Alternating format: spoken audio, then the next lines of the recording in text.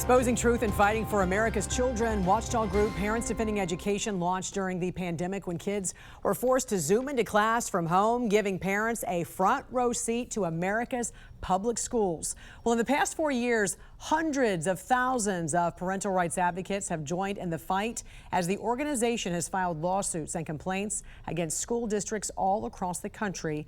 And now they've expanded their focus to include not just K through 12, but also higher education. And joining us now is the president of the newly named organization Defending Education. Nicole, good morning to you. Thanks for having me. Hard to believe it's been 4 years. Your organization has done so much, and now including colleges and universities. First, highlight some of the victories with what your group has accomplished over the past 4 years.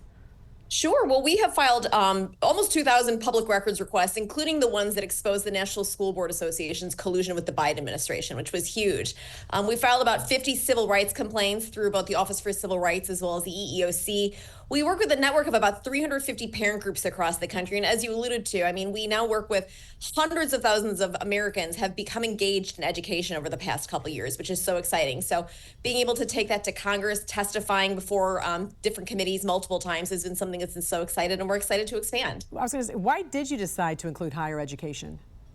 Some of this is just that, the parents that we have worked with have grown up, their children have grown up, and we want to grow up with them. Two of the women who I founded the organization with, their children were in high school when they started, and now their children are in college. And so it's a new set of issues. Obviously, colleges have been in the crosshairs for the past couple years in the wake of October 7th in particular.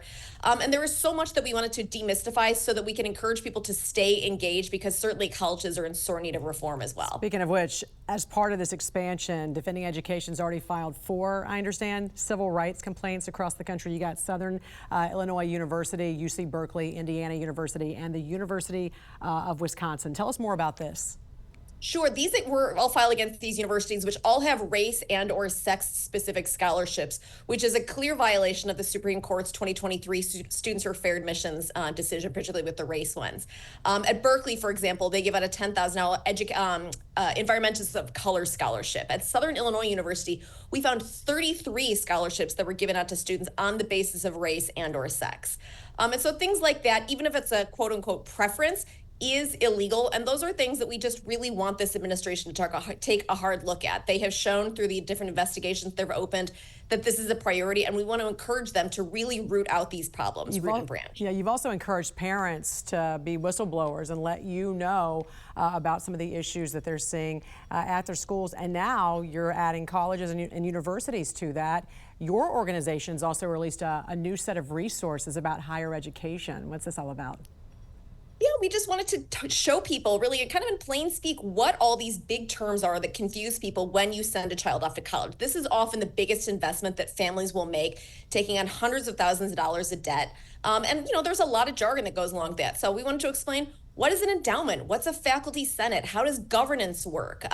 What are questions to ask on a college tour? I mean, very, very basic things where I think a lot of parents, when they go and they start to look at these things, they're sort of faking it till they make it. And we want to make it easy for them so that they can make a good investment that fits their family and their child. Yeah, especially with everything that we're seeing right now on college campuses across the country.